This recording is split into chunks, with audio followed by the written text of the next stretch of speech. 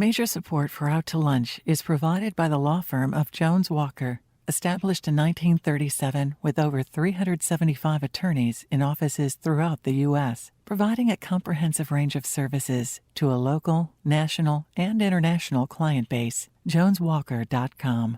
Additional support comes from Luba Workers' Comp and by Short & Associates, legal recruiters in Louisiana and Texas. From Commander's Palace Restaurant in the Garden District in New Orleans, we're out to lunch with Peter Asciutti. Peter Asciutti is Tulane University's A.B. Freeman School of Business professor and director of the award-winning Birkenroad Reports. It's business, New Orleans style. Hi, I'm Peter Asciutti. Welcome to Out to Lunch. Apparently, if you live next to the train tracks, you get used to the sound of trains passing. After a while, you no longer hear the rumble or even notice that your house is rattling. If you listen to this show regularly, you might feel something of the same effect. You might have gotten so used to hearing about innovative entrepreneurs with successful businesses in New Orleans that you're no longer surprised by innovation or success. If you've gotten so used to sensational achievement, it's going to take something pretty amazing to impress you. And I've got that something right here for you. I'd like to introduce you to a business called IDScan.net. IDScan.net does pretty much what it says. It scans IDs. IDScan technology takes less than 1 second to collate information on whoever's ID is being scanned and tell you if you're the person, in fact, who their ID claims they are. You'll find IDScan at airports, they're TSA approved at casinos, college campuses, and many other places, including IBM, Shell, and Tesla. IDScan.net was started in New Orleans in 2003 and is still based here. The co-founder and CEO of IDScan.net is Denis Petrov. Denis, welcome to Out to Lunch. It's nice to be here. Thank you, Peter. We heard the term biomedical corridor for a long time in the Louisiana legislature after Hurricane Katrina. It was going to be a major plank in the rebuilding of New Orleans. Much to the surprise of many people who have heard fantastic promises like this for generations, today there is not just a corridor. There's a growing biomedical district downtown. One of the anchors of the biomedical insurgence is the New Orleans BioInnovation Center. The BioInnovation Center is basically an office building where every office is occupied by somebody with a biomedical business that has the potential to change medicine. The people in these offices are principally scientists. The tricky part of this equation is getting their brilliant ideas out of these offices and into commerce. And that's the job of the Director of Technology Commercialization at the BioInnovation Center, David Bodie. David, welcome to Out to Lunch. Hey, Peter, thanks for having me. Dennis, you've built IDScan.net from an idea that you developed in your house in New Orleans. You moved to an office at Launchpad, then to the Idea Village, and now you're in the UNO Lakefront Tech Park. You're as homegrown New Orleans as a business can get. In the process, you've gotten your product to be used by the TSA, Tesla, and a number of gigantic companies, including the world's largest retailers, whose names we can't mention due to non-disclosure arrangements you have with them. I know this is somewhere between a stupid question and a 3-hour answer, but I have to ask you simply, how have you done this from New Orleans? It took years, it took innovation, it took hard work, dedication. You have to offer a proper price point for some of them, believe it or not. It's still, money still counts. And it's not just a business, it's our passion. That's why we ended up with having to sell products to Fortune 500 companies and small companies as well. And when we think of IDScan, I think of people checking out that you are who you say you are, or maybe even a certain age, so you're able to do things. But it's wider than that, right? Like finding out more about the customer. Absolutely. It is automatic data enrollment. Say instead of someone at the, say, hotel front desk typing your first name, last name, address, date of birth, ID number, it takes about 1 second for a computer to capture all information about you. And it was like 5 minutes with somebody writing things down. And it takes 2 or 3 minutes, yeah. And human beings sometimes make mistakes, and computers I've met them. do They not. are. And so, and then give an example. Like one of the places you have the ID scan is in the casino. Tell us how that enables them to find out more about their customers. Sure. It's actually in multiple places in the casinos. For instance, you have to be 21, otherwise it is illegal for you to gamble in the United States. So casinos, by law, have to verify your age. So if you look under 30 or so, they will have to check your ID, which is typically a driver's license or maybe a motorcycle permit or state-issued ID. So that's one of the areas, is the security. Then maybe you are on the do not admit list, or maybe How do you get on that? list. Like well, cheat? maybe you do some nasty things at the casino. Right, like win. There's a Big time. You have to win big time. And that's one of the area. Then they also like loyalty programs. So they want to give you certain perks if you come back and you spend a lot of money there. So they want to enroll you in their casino clubs. And that takes your personal information, your address, and so forth. And we simply provide a way to automate data capture. Now, David, it's all very well to have an office building filled with scientific geniuses, but converting great ideas into great businesses is about as specialized and difficult as coming up with the ideas in the first place, and that's your job. The first and most obvious issue anybody with an idea has to face is who is going to put up the money to finance it. A few years ago on this show, we met people from a fascinating New Orleans biomedical company who had a breakthrough treatment for arthritis that looked like it was going to work, but they had to leave New Orleans for California because they couldn't raise enough money here to finance clinical trials. The BioInnovation Center's publicity material claims its associate companies and scientists have seen a combined total of over $93 million worth of funding. In terms of biomedical research, that's not a lot of money. I'm sure this is an issue you deal with every single day. Where does the money come from, and do you attract enough of it here in New Orleans to fund the next big thing? Well, Peter, it's really a process. Our companies are usually coming out of the universities, and so a lot of the entrepreneurs have received academic grants in the past. Those are from the federal government primarily, and those academic grants have often been the first down payment on the technology being developed. But universities are not commercial entities, so at a certain point the research gets past the mission of the university. Fortunately, the federal government has a program called Small Business Innovation Research Grants, and that is a free in terms of equity, cash contribution into the company that lets them kind of take the first step in de-risking the company. So most of our clients and tenants have they apply for the SBIR grants, and it can be up to $350,000 to cover 6 to 9 months of operations. And that sounds like a lot of money, but biomedical research is expensive. But the key advantage of this program is that it lets the companies get a proof of concept done, and then they become more attractive for investment. They're not always ready for investment immediately on the conclusion of that grant, but they can also get a follow-on grant of up to $2.5 million, and that provides tremendous validation to investors that this is a technology that is meaningful scientifically and has some kind of market opportunity, market potential. Now, David, are you giving them grants, or are you connecting them with investors? How does it look? The difference between the academic grants and these SBIR grants is that the SBIR are for business. So you have to tell the grant reviewer, this is what my business is going to be. And most of the scientists don't really have experience in that, and that's where we come in to help them. We help them define their value proposition, identify what the market opportunity of that value proposition is, the cost it will take to get to market. We help them identify what their regulatory pathway is going to be. And do they then take an equity position? we don't take an equity position. The organization is a 501c3 nonprofit. We're an economic development organization. The BioInnovation Center does have a subsidiary called the BioFund that does do equity and debt investments, but those are independent of our services. So the center has really 3 different legs. There's the building itself, which is offices and lab space that companies can rent. There's the BioFund, and there's my team, the commercialization team, and we provide free services to support the scientists as they turn their technology into a business.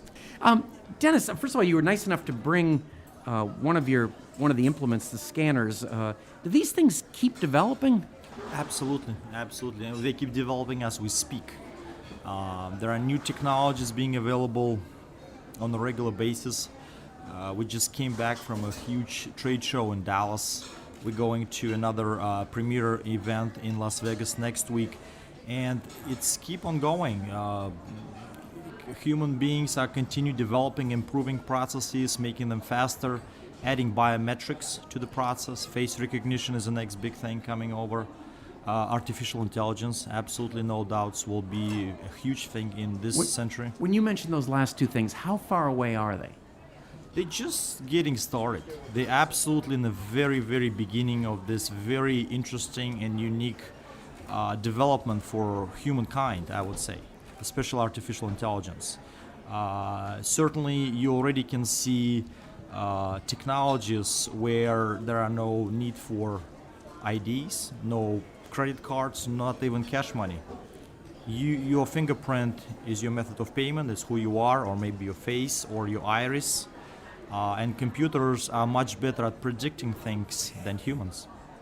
You're listening to Out to Lunch. I'm Peter Raschuti. I'm talking with Denis Petrov from IDScan, the company that powers a lot of the ID and security checks around the country, from the airport to the grocery store. And David Bodie, the Director of Technology Commercialization at the New Orleans BioInnovation Center. David, do you bring the people into the BioInnovation Center, or is that someone else? We have an open door policy for anyone who has a technology that's in the life sciences. As I said, we're an economic development organization, so our mission is to grow the life science industry in Louisiana. So anyone who has a business or a business idea that kind of fits within that mission, we are happy and willing to work with them. We do go out and meet with researchers at the universities to try to draw them out, because not every inventor is always thinking about building a business around the technology. You know, if you're a tenured faculty member, your job is to publish and to create patents, but it's not really to create a business.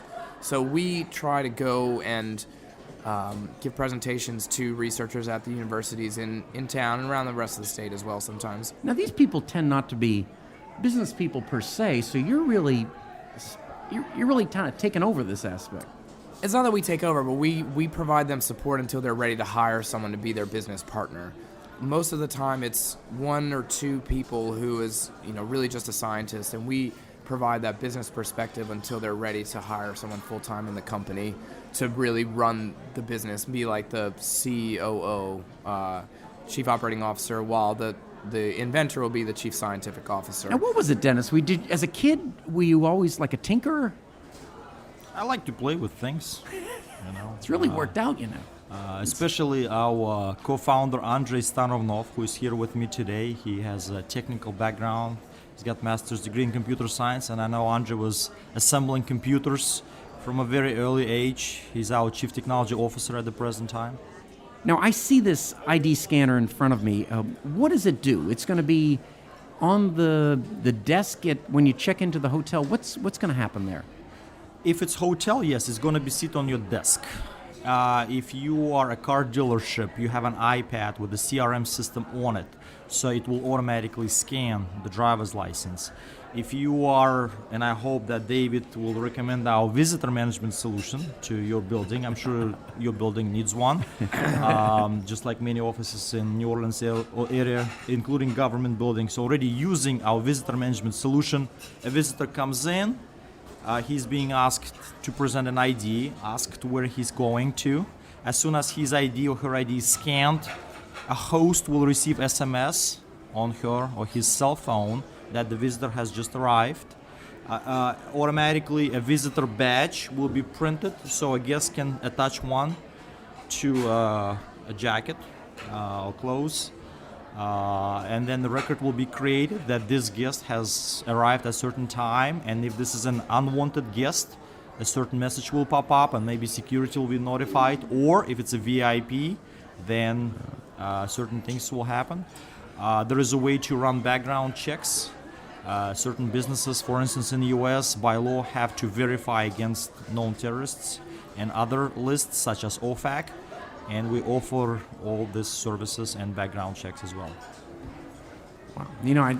All I can think of is there's a lot of high school kids that are going to be very upset when you've ended this fake ID thing. And I say, if you don't break the law, you got nothing to worry about. That's the problem. They're breaking the law. That is. Dennis, David, this is the part of the show we call Another Great Idea. Maybe you've got a friend like this, someone who's always got a great idea for you. They tell you about this job you should apply for, or this guy you should have a cup of coffee with, or a great investment opportunity you should jump on. You can take this advice and it turns out to be a disaster. You can dismiss this advice and miss out on something that might have turned out really great. Or you can take your friend's advice and it turns out to be the best thing that ever happened to you.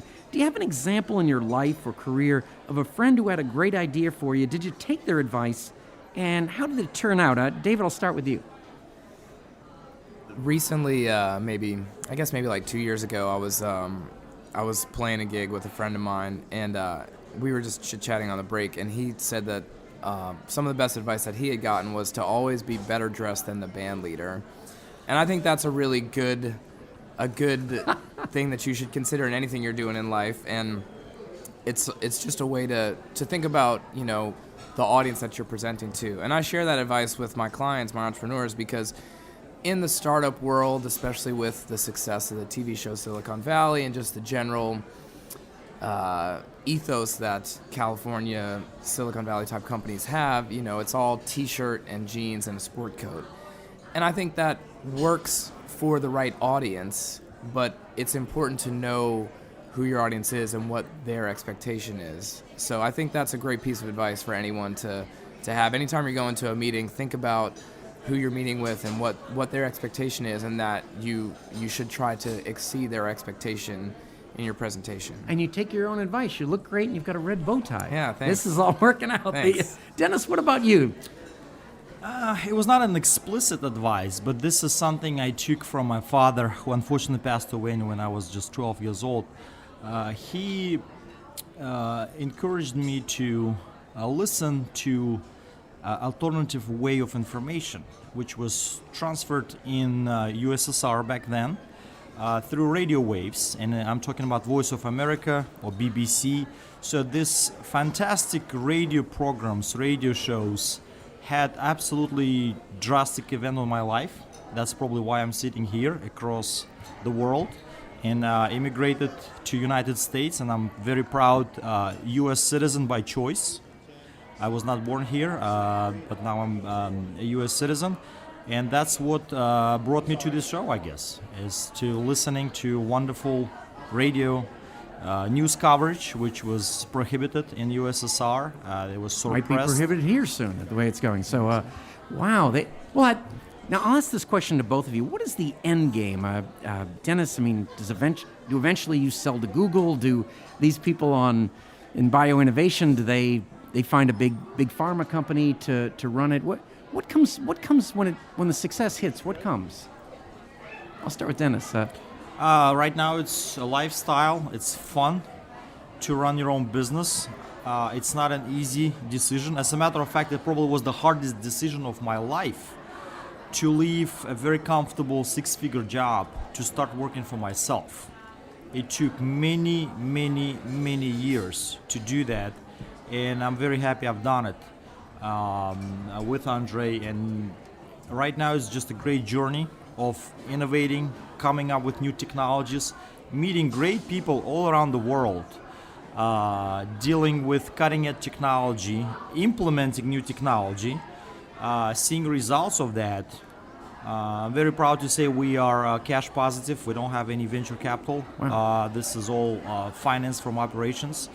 That is pretty unusual. That it's is just great. a great journey. I'm not sure what's going to happen in well, 3-5 if you're enjoying years. it, just stay with it. Absolutely enjoying it right now. And Dave, what happens next to these companies? I mean, do they become part of a bigger company? That's really the business model, yeah. Because it's so expensive to get through clinical trials, and it's just not really cost effective to build a whole sales team to sell your device or sell your new cancer drug. The business model is really to do the scientific development, get through most of the clinical trials, and then be acquired. So success for the BioInnovation Center is really putting Louisiana on the map as a place where great medical technologies come from.